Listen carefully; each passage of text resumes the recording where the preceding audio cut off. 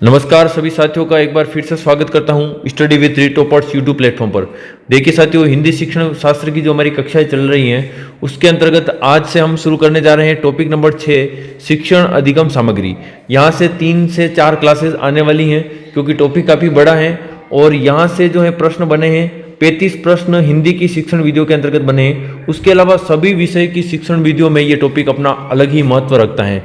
तो यहाँ पर हम देखेंगे कि इस विषय के अंतर्गत, हिंदी विषय के अंतर्गत जो हमारे शिक्षण अधिगम सामग्री है वहाँ से कैसे प्रश्न पूछे गए हैं। इसी टॉपिक को शिक्षण सहायक सामग्री के नाम से भी जाना जाता है और यहाँ पर हम डिटेल से बात करने वाले हैं प्रत्येक बिंदु को लेकर। सबसे पहले देखिए, हम बात करेंगे शिक्षण अधिगम सामग्री से जुड़े महत्वपूर्ण तथ्य कौन कौन से हैं जहाँ से प्रश्न पूछे गए हैं या पूछे जाते हैं। तो देखिए, पहला अपना बिंदु है कि महत्वपूर्ण तथ्यों और महत्वपूर्ण तथ्य जो है कि शिक्षण अधिगम सामग्री जो है उसके बारे में हमें क्या बेसिक जानकारी होनी चाहिए।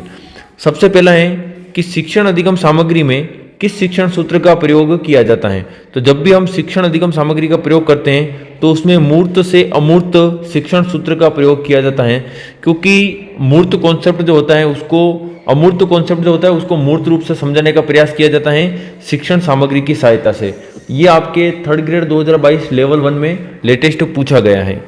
दूसरा देखिए, दूसरा प्रश्न इस प्रकार से पूछा जाता है कि शिक्षण अधिगम सामग्री जो है उसका मुख्य प्रयोजन क्या है। मुख्य प्रयोजन यानी होता है उद्देश्य। तो मुख्य उद्देश्य क्या है? तो इसका मुख्य उद्देश्य होता है ज्ञानेंद्रियों की क्रियाशीलता को बढ़ावा देना। रीट 2012 में भी पूछा गया है और 3rd ग्रेड 2022 लेवल 2 हिंदी विषय में भी पूछा गया है। 2 बार ये प्रश्न पूछा गया है और हुबहू लैंग्वेज थी और सारी ऑप्शंस जो थे वो भी सेम थे। ज्ञानेंद्रियों की क्रियाशीलता को बढ़ाना, जो कि अपनी आंख और कान जो होते हैं, मुख्य तौर पर आंखें दृश्य सामग्री और आपके कान जो होते हैं वो श्रव्य सामग्री, और दृश्य श्रव्य जब दोनों का कॉम्बिनेशन होता है तब आपकी आंखें और कान दोनों एक साथ काम करते हैं। नेक्स्ट आप देखिए, इसके अंतर्गत और प्रश्न पूछे गए हैं। एक प्रश्न ऐसा भी पूछा गया है जहां पर शिक्षण अधिगम सामग्री का उद्देश्य क्या है। तो वहां पर ऑप्शंस में प्राप्त ज्ञान का स्थायी होना और रोचक तथा प्रभावी शिक्षण। तो ये भी जो है आपके ऑप्शंस उपयुक्त सभी वहां पर था और ये सही था। रीट 2017 लेवल 1 में ये पूछा गया है, क्योंकि शिक्षण अधिगम सामग्री के माध्यम से जो आप ज्ञान प्राप्त करते हो वो आपके लिए एक स्थायी ज्ञान होता है, क्योंकि वहां पर आप देखते भी हैं, सुनते भी हैं, आपकी ज्ञानेंद्रिय क्या रहती है, क्रियाशील रहती है और शिक्षण जो है वो रोचक व प्रभावी रहता है। तो ये तो हो गया आपके लिए बेसिक जानकारी। नेक्स्ट देखिए आप, ये इंपॉर्टेंट आपके लिए है, सर्वाधिक प्रभावित सहायक शिक्षण सामग्री। मतलब शिक्षण को प्रभावित करने वाली सर्वाधिक जो है इंपॉर्टेंस रखने वाली वो चीज़ क्या है। तो वो है, देखिए आपके रीट 2021 लेवल 2 में पूछा गया है स्पर्श सामग्री। स्पर्श यानी जो टचेबल जो सामग्री है, जिसको आप छू सकते हो, वो सामग्री जो है शिक्षण अधिगम सामग्री सर्वश्रेष्ठ होती है। ऑप्शंस में थे आपके दृश्य भी था, श्रव्य भी था, श्रव्य दृश्य भी था, श्रव्य दृश्य भी था और उसके अलावा जो है स्पर्श था। तो वहां पर कौन सा आंसर राइट माना गया है? स्पर्श, क्योंकि जिस वस्तु को आप छू सकते हो, मतलब यानी प्रत्यक्ष रूप से आप अनुभव कर सकते हो, वही सामग्री जो है सर्वश्रेष्ठ होती है। नेक्स्ट देखिए आप, एक मनोवैज्ञानिक हैं, उनका नाम है एडगर डेल। एडगर डेल ने जो है सीखने से संबंधित क्या चीज़ बताई है। एडगर डेल ने शिक्षण अधिगम सामग्री जो होती है उसकी सापेक्षिक प्रभावशीलता को समझाने के लिए अनुभव शंकु जो होता है वो गणितीय आकृति, शंकु एक प्रकार की गणितीय आकृति होती है जिसके अंतर्गत आप सभी जानते हैं कि शंकु किस प्रकार का होता है। जब आप पृष्ठीय क्षेत्रफल एवं आयतन पढ़ते हैं तब आप शंकु की आकृति से परिचित हो जाते हैं। तो एक शंकु की आकृति के रूप में उन्होंने शिक्षण अधिगम सामग्री की सापेक्षिक जो प्रभावशीलता होती है उसको दर्शाने के लिए एक अनुभव शंकु दिया था। उन्होंने एक अनुभव शंकु दिया था, उसमें क्या बताया था उसके बारे में हम डिटेल में आगे देखने वाले हैं। तो देखिए, मैं यहाँ पर थोड़ा सा इसको जूम आउट कर देता हूँ ताकि आपको जो है एक साथ पूरी स्लाइड देखने को मिल जाए। ये देखिए आपके सामने शिक्षण अधिगम सामग्री को समझाने के लिए एडगर डेल ने जो अनुभव शंकु दिया है उसके 11 सोपान है। कितने सोपान है? 11 सोपान है। एनसीईआरटी द्वारा पूछे जाए तो एनसीईआरटी द्वारा प्रदत्त सोपान जो है उनकी संख्या 10 है, लेकिन एडगर डेल जो है, एडगर डेल इन्होंने जो है अनुभव शंकु में कितने सोपान दिए हैं? 11 सोपान दिए। ये सबसे ऊपर वाला जो भाग है इसको कहते हैं शीर्ष भाग और सबसे नीचे वाला भाग जो है उसको कहते हैं आधार भाग। ये शीर्ष भाग जो होता है वो कम प्रभावी होता है और आधार जो भाग होता है वो अधिक प्रभावी होता है। कहने का तात्पर्य यह है कि नीचे से ऊपर की ओर बढ़ने पर प्रभावशीलता क्या होती है, कम होती है। नीचे से ऊपर की ओर बढ़ने पर प्रभावशीलता क्या होती है, कम होती है। यहाँ से अभी तक रीड में प्रश्न नहीं पूछा गया है, लेकिन ये काफ़ी इंपॉर्टेंट आपके लिए इसलिए क्योंकि ये सीधे तौर पर शिक्षण अधिगम सामग्री से जुड़ा हुआ है। अगर एक भी प्रश्न यहाँ से बनता है तो निश्चित तौर पर आप कई सारे अभ्यर्थियों से आगे निकल सकते हैं। देखिए यहाँ पर हम सबसे पहले शुरू करते हैं वास्तविक या प्रत्यक्ष अनुभव। ये वास्तविक या प्रत्यक्ष अनुभव जो होता है ये सर्वाधिक प्रभावी होता है, जिसके अंतर्गत हम देख सकते हैं भ्रमण। अगर आप किसी टॉपिक को पढ़ाना चाहते हैं और किसी विषय वस्तु के बारे में जानकारी देना चाह रहे हैं, अगर आप बच्चों को भ्रमण पर ले जाते हैं तो वो आपके लिए सर्वाधिक उपयुक्त होता है। इसलिए कहते हैं कि प्रत्यक्ष अनुभव जो होता है वो सर्वाधिक उपयुक्त होता है। दूसरा हो जाता है आपके लिए नियोजित कृत्रिम अनुभव। कृत्रिम अनुभव में क्या होता है, जैसे ताजमहल सिखाना है तो ताजमहल का क्या बनाना है, मॉडल बनाना है। ये आपके हो गया दूसरे नंबर का। तीसरा आपके लिए नाटक या अभिनय। तो अभिनयात्मक जो भागीदारी होती है उसके अंतर्गत नाटक और अभिनय शामिल है, ये आपके तीसरे नंबर पे हो जाएगा। फिर चौथे नंबर पे होगा आपके प्रदर्शन विषय वस्तु आप जानते हो। पांचवें नंबर पे वापस क्या हो गया, जो स्पष्ट तौर पे जो भ्रमण है, स्पष्ट तौर पर जो भ्रमण है, जैसे कि यहाँ तो क्या है कि उदाहरण के तौर पर भ्रमण है कि वास्तविक प्रत्यक्ष अनुभव मिलता है उसमें। उसके अलावा कोई विषय वस्तु जो है रियल विषय वस्तु, जैसे कि आपको पेन के बारे में जानकारी देनी है तो पेन आप प्रत्यक्ष रूप से बच्चे को छू कर दिखा रहे हो, स्पर्श करके दिखा रहे हो, तो वो होता है आपके वास्तविक प्रत्यक्ष अनुभव। नेक्स्ट देखिए पांचवें नंबर पर भ्रमण आपके हो गया। छठे नंबर पे आपके प्रदर्शित सामग्री, जिसमें चार्ट हो गया, TLM हो गया, फ्लैनल बोर्ड वगैरह कोई भी बोर्ड हो गया। सातवें नंबर पे है आपके सिनेमा। सिनेमा का अर्थ होता है आपके चलचित्र। ये चलचित्र जो है सातवें नंबर पे है। आठवें नंबर पर है स्थिर चित्र, यानी जो फिक्स्ड चित्र होते हैं जो चलते नहीं हैं, यूँ कह सकते हैं कि अचल जो चित्र होते हैं उनको कहते हैं स्थिर चित्र, वो आठवें नंबर पे। 90वें नंबर पर आपके हैं रेडियो प्रसारण। ये एक प्रकार की जो है श्रव्य सामग्री है। और उसके बाद 10वें नंबर पर आपके हो गया है दृश्य प्रतीक, जिसमें पोस्टर, ग्राफ। और 11वें नंबर पर आपके हो गया है शाब्दिक प्रतीक, जिसमें केवल शब्द। ये इस प्रकार से इंपॉर्टेंस रखते हैं कि आपको पूछा जा सकता है कि एडगर डेल के अनुभव शंकु के अनुसार सर्वाधिक उपयुक्त जो है क्या है, तो आपके लिए है वास्तविक या प्रत्यक्ष अनुभव। पूछा जा सकता है कि सबसे कम प्रभावशाली कौन सा है, तो शाब्दिक प्रतीक, जिसमें केवल शब्दों का प्रयोग किया जाता है। तो इस प्रकार से आपके एडगर डेल का अनुभव शंकु जो है वो भी यहाँ पर कंप्लीट हो चुका है। नेक्स्ट देखिए आप शिक्षण अधिगम सामग्री से संबंधित कोठारी आयोग जो है इनका एक कथन है।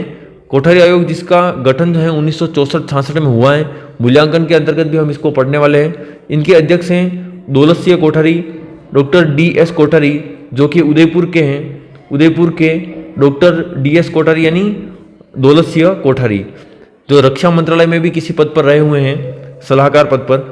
शिक्षण सहायक सामग्री अपने देश में वास्तविक शैक्षिक क्रांति ला सकती है। शिक्षण सहायक सामग्री के बारे में बहुत ही इंपॉर्टेंट इनका कथन है कि इन्होंने बताया कि देश में वास्तविक शैक्षिक क्रांति अगर कोई ला सकती है तो वह है आपकी शिक्षण सहायक सामग्री। तो यहाँ पर देखिए ये अपना कंप्लीट हो गया है शिक्षण अधिगम सामग्री के बारे में जो सामान्य जानकारी थी। अब हम देखेंगे कि शिक्षण अधिगम सामग्री का वर्गीकरण किस प्रकार से किया गया है। शिक्षण अधिगम सामग्री का जो वर्गीकरण है उसको 4 प्रकार से आप पढ़ सकते हैं। पहला प्रकार है इंद्रियों के आधार पर वर्गीकरण, जो 3 भागों में बटा है, श्रव्य सामग्री, दृश्य सामग्री, श्रव्य दृश्य सामग्री। दूसरा है आपके प्रक्षेपण के आधार पर सामग्री। तो प्रक्षेपण के आधार पर 2 प्रकार की सामग्री होती है, प्रक्षेपी और अप्रक्षेपी सामग्री। तीसरा है प्रौद्योगिकी के आधार पर। तो प्रौद्योगिकी के आधार पर 2 प्रकार की सामग्री है, सॉफ्टवेयर और हार्डवेयर। और चौथा है आपके NCERT के आधार पर, जो कि 6 भागों में वर्गीकृत करके बताए गए शिक्षण अधिगम सामग्री को। पहला है ग्राफिक्स, दूसरा है प्रदर्शन, तीसरा त्रिआयामी, चौथा श्रव्य, पांचवा प्रक्षेपी और छठा प्रक्रिया। ये तो आपको डायरेक्टली आपको याद रखनी है, इनके बारे में हम डिटेल में आगे चर्चा करेंगे। तो सबसे पहला अपन पॉइंट लेते हैं इंद्रियों के आधार पर जो है वर्गीकरण। उसमें देखिए पहला प्रकार हो गया आपके श्रव्य, दूसरा दृश्य और तीसरा श्रव्य दृश्य। सबसे पहले हम देखेंगे श्रव्य सामग्री के बारे में। यहाँ से काफ़ी सारे प्रश्न पूछे गए। ये इंडेक्स जो है जो मैंने फ्लो चार्ट यहाँ पर बना रखा है, ये फ्लो चार्ट अगर आप याद रखते हो तो निश्चित तौर पर 3 से 4 प्रश्न सही होने की संभावना यहीं से आपके बन जाती हैं। श्रव्य सामग्री में देखिए निम्न में से कौन सी एक श्रव्य सामग्री है, और वहाँ पर 2 या 3 अलग ऑप्शन दे रखे थे, और एक ऑप्शन था आपके रेडियो रीड 2021 में। तो श्रव्य सामग्री जिसको केवल आप सुन सकते हैं, जिसमें केवल आपके जो है यूँ कह सकते हैं कि केवल कान जो है वो सक्रिय रहता है। दूसरा दृश्य सामग्री में आपकी आंखें सक्रिय रहती है, आंख, और श्रव्य दृश्य सामग्री में आपका कान और आंख जो है दोनों सक्रिय रहते हैं। तो रेडियो आपके हो गया। नेक्स्ट होता है, इनके बारे में डिटेल से हम आगे बात करने वाले। एक बार मैं बेसिक जानकारी यहाँ पर दे रहा हूँ कि कौन सी सामग्री किसके अंतर्गत शामिल की गई है। तो टेप रिकॉर्डर जो होता है, जिसको कहते हैं ध्वनि अभिलेख, क्या कहते हैं, ध्वनि अभिलेख, यानी ध्वनि जो होती हैं उसको रिकॉर्ड करना होता है, ध्वनि अभिलेख भी कहते हैं इसको। अगला है ग्रामोफोन, जो भी केवल श्रव्य सामग्री। अगला है देखिए लिंग्वाफोन। लिंग्वाफोन को रीट परीक्षा में एक प्रश्न पूछा गया था, रीट 2015 लेवल 2 और रीट 2022 लेवल 1 शिफ्ट 1 में, जहाँ पर स्पष्ट तौर पर लिखा गया था निम्न में से कौन सा, मतलब लिंग्वाफोन जो है रिकॉर्ड प्लेयर कोष्टक में लिखा गया था कि ये कौन सी सामग्री है, श्रव्य दृश्य, श्रव्य दृश्य। तो कौन सी सामग्री हो जाएगी आपके, श्रव्य सामग्री हो जाएगी। इस प्रकार से ये 4 से 5 जो नाम है ये आपको श्रव्य सामग्री के अंतर्गत मुख्य तौर पर याद रखने हैं। दूसरा है देखिए आपके दृश्य सामग्री। दृश्य सामग्री में श्यामपट हो गया, जो कि शिक्षक का दाहिना हाथ होता है। इनके बारे में डिटेल से हम आगे पढ़ने वाले हैं। नेक्स्ट देखिए चित्र या छायाचित्र। चित्र या छायाचित्र रीट 2015 में पूछा गया है कि निम्न में से कौन सा जो है एक दृश्य सामग्री है, तो वहां पर ऑप्शन दे रखा था छायाचित्र। रीट 2022 में पूछा गया है कि भाषा शिक्षण में, किसमें, लैंग्वेज की जो टीचिंग है भाषा शिक्षण में, भाषा शिक्षण में सबसे कम उपयोगी सामग्री कौन सी है, तो वहां पर जो ऑप्शन दे रखे थे उसके अनुसार सबसे कम उपयोगी सामग्री आपके मानचित्र, क्योंकि मानचित्र आपके पर्यावरण या सामाजिक विषय के लिए अधिक उपयुक्त रहते। मानचित्र जो है आपके एसएसटी और पर्यावरण जो होती हैं उनकी शिक्षण के अंतर्गत ज़्यादा उपयोगी रहता है। जहाँ पर भौगोलिक दृष्टिकोण से बताना होता है भौतिक प्रदेशों को, तो वहाँ पर आपके लिए ग्लोब भी ज़्यादा उपयोगी रहता है वहाँ पर। लेकिन आपके हिंदी भाषा शिक्षण या भाषा शिक्षण के अंतर्गत मानचित्र जो है वो सबसे कम उपयोगी। चार्ट और पोस्टर भी आप जानते हो।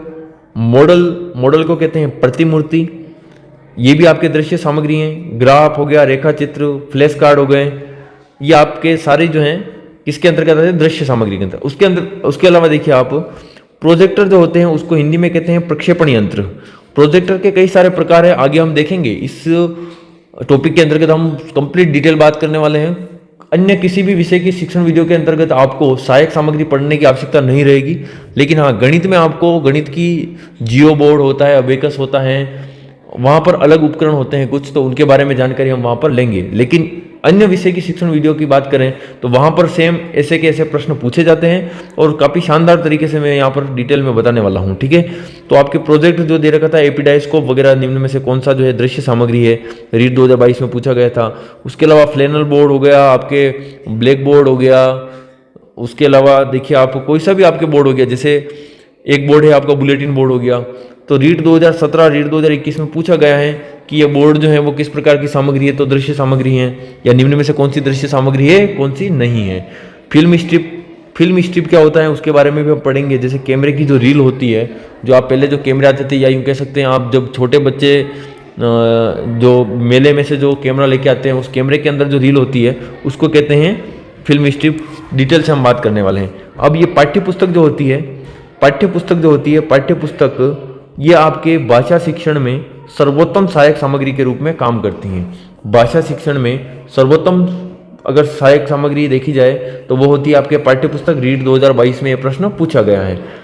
नेक्स्ट और अंतिम अपना है श्रव्य दृश्य सामग्री, जिसमें कान और आंख दोनों सक्रिय रहते हैं। इसमें पहला नाम है टीवी, टेलीविजन यानी दूरदर्शन। दूसरा है आपके चलचित्र, सिनेमा, जो कि रीट 2017 में पूछा गया है कि निम्न में से कौन सी श्रव्य दृश्य सामग्री है। नेक्स्ट आप देखिए संगणक जो होता है वो कंप्यूटर को कहते हैं संगणक।